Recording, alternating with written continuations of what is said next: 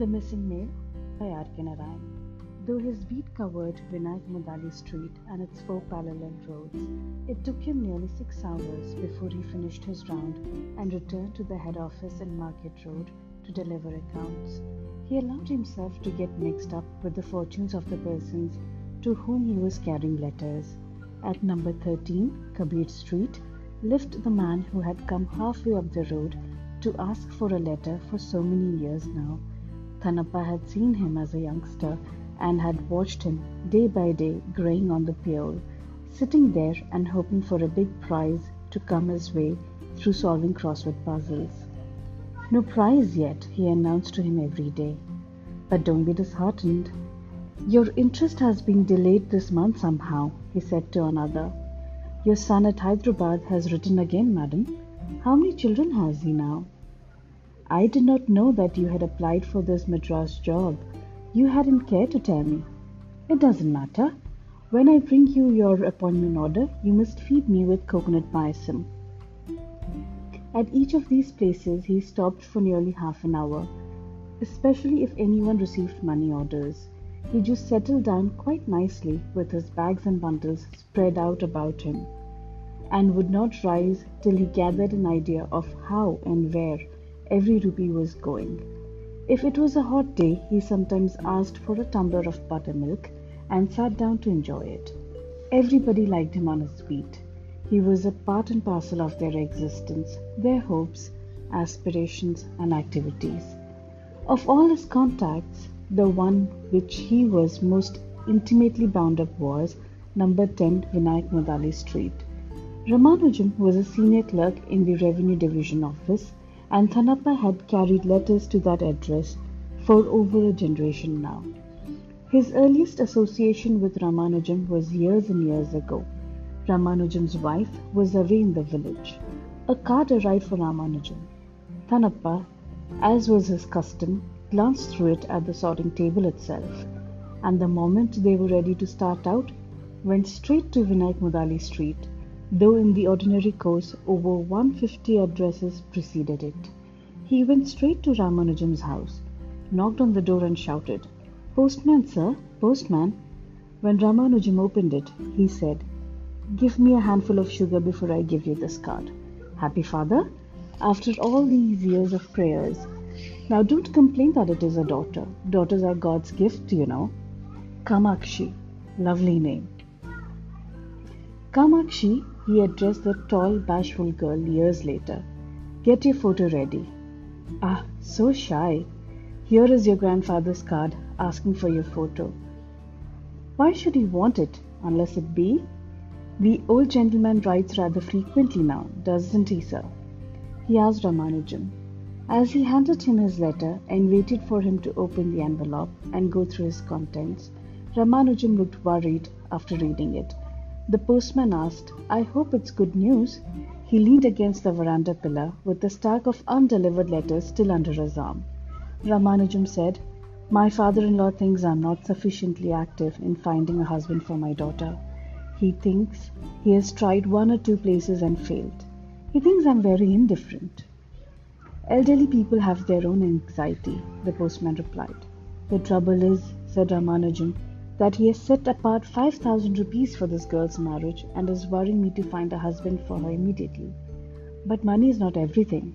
No, no, echoed the postman. Unless the destined hour is at hand, nothing can help. Days after days for months, Thanappa delivered the letters and waited to be told the news. Same old news, Thanappa. Horoscopes don't agree. They are demanding too much. Evidently, they do not approve of her appearance. Appearance? She looks like a queen, unless one is totally blind, the postman retorted angrily. The season would be closing, with only 3 more auspicious dates, the last being May 20th. The girl would be 17 in a few days. The reminders from her grandfather were becoming fiercer. Ramanujam had exhausted all the possibilities and had drawn a blank everywhere. He looked helpless and miserable. Postman, he said, I don't think there is a son-in-law for me anywhere. Oh, don't utter inauspicious words, sir, the postman said, when God wills it. He reflected for a while and said, There is a boy in Delhi earning 200 rupees. Makunda of Temple Street was after him. Makunda and you are of the same subcaste, I believe? Yes. They have been negotiating for months now. Over 100 letters have passed between them already. But I know they are definitely breaking off.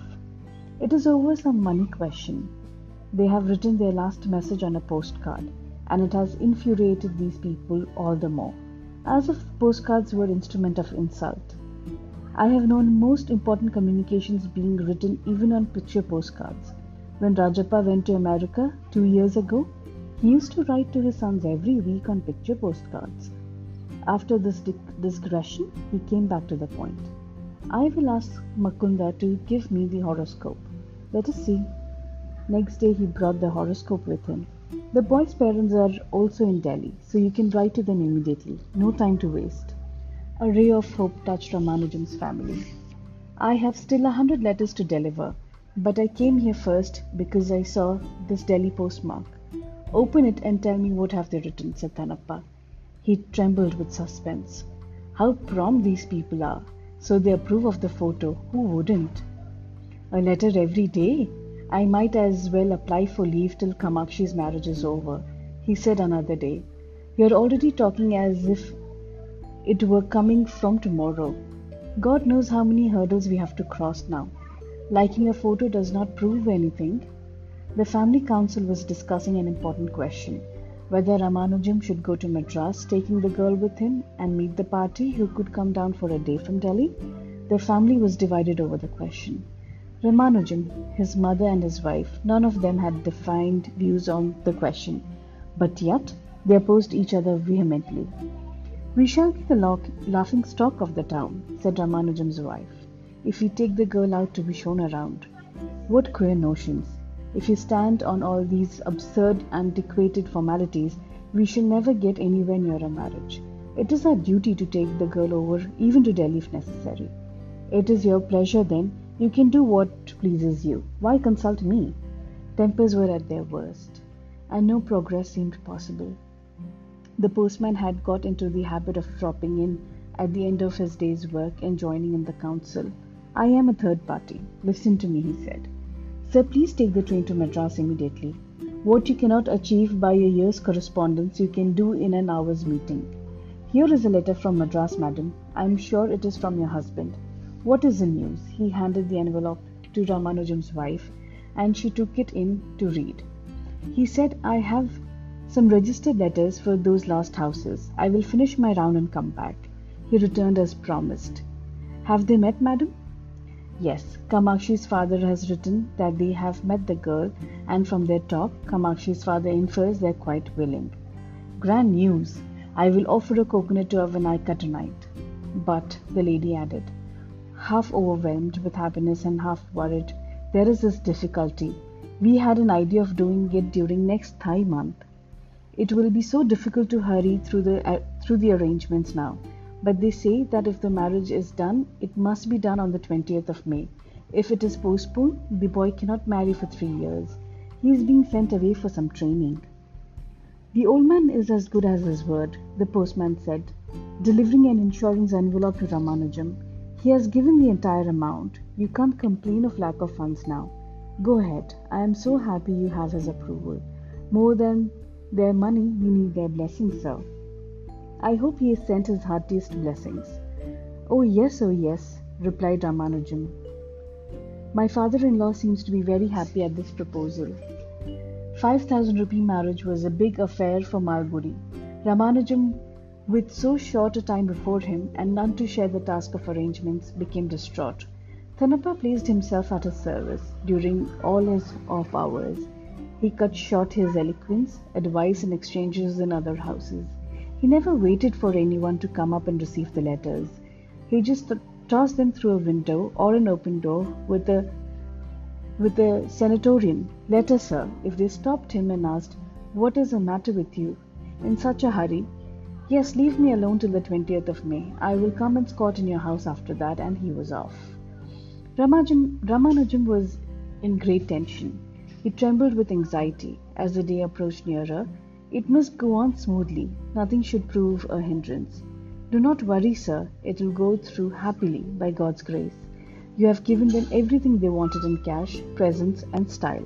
They are good people. It is not about that. It is the very last date for the year. If for some reason the obstruction comes up, it is all finished forever. The boy goes away for 3 years. I don't think either of us would be prepared to bind ourselves to wait for 3 years. It was 4 hours past the Muhurtam on the day of the wedding. A quiet had descended on the gathering. The young smart bridegroom from Delhi was seated in a chair under the pandal. Fragrance of sandal and flowers and holy smoke hung about the air. People were sitting around the bridegroom talking. Thanappa appeared at the gate loaded with letters. Some young men ran up to him demanding, "Postman, letters." He held them off. "Get back. I know to whom to deliver." He walked over to the bridegroom and held up to him a bundle of letters very respectfully. "These are all greetings and blessings from well-wishers, I believe, sir, and my own go with every one of them." He seemed very proud of performing this task and looked very serious. The bridegroom looked up at him with an amused smile and muttered, "Thanks.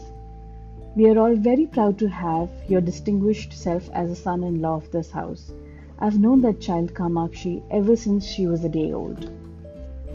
"I always knew she would get a distinguished husband," added the postman, and brought his palms together in a salute and moved into the house to deliver other letters and to refresh himself in the kitchen with tiffin and coffee.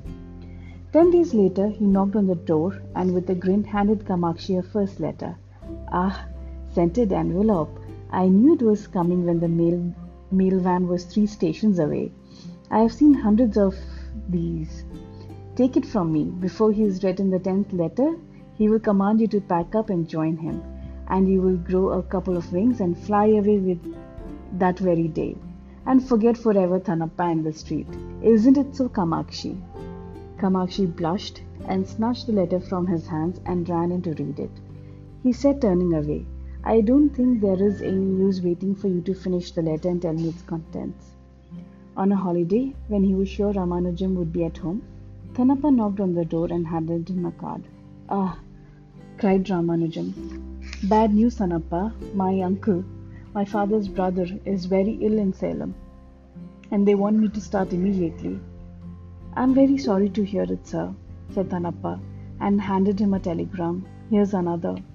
Ramanujam cried, "A telegram?" He glanced at it and screamed, "Oh, he's dead." He sat down on the pew, unable to stand the shock. Thanappa looked equally miserable. Ramanujam rallied, gathered himself up and turned to go in. Thanappa said, "One moment, sir. I have a confession to make. See the date on the card, May the 19th, nearly 15 days ago." "Yes, sir, and the telegram followed next day, that is, on the day of the marriage. I was unhappy to see it, but what has happened has happened. I said to myself and kept it away, fearing that it might interfere with the wedding." Ramanujam glared at the postman and said, "I would not have cared to go through the marriage when he was dying." The postman stood with bowed head and mumbled, "You can complain if you like, sir. They will dismiss me. It is a serious offence." He turned and descended the steps and went down the street on his rounds. Ramanujam watched him duly for a while and shouted, "Postman!" Thanappa turned round. Ramanujam cried, Don't think I intend to complain. I'm only sorry you have done this." "I understand your feelings, sir," replied the postman, disappearing around a bend.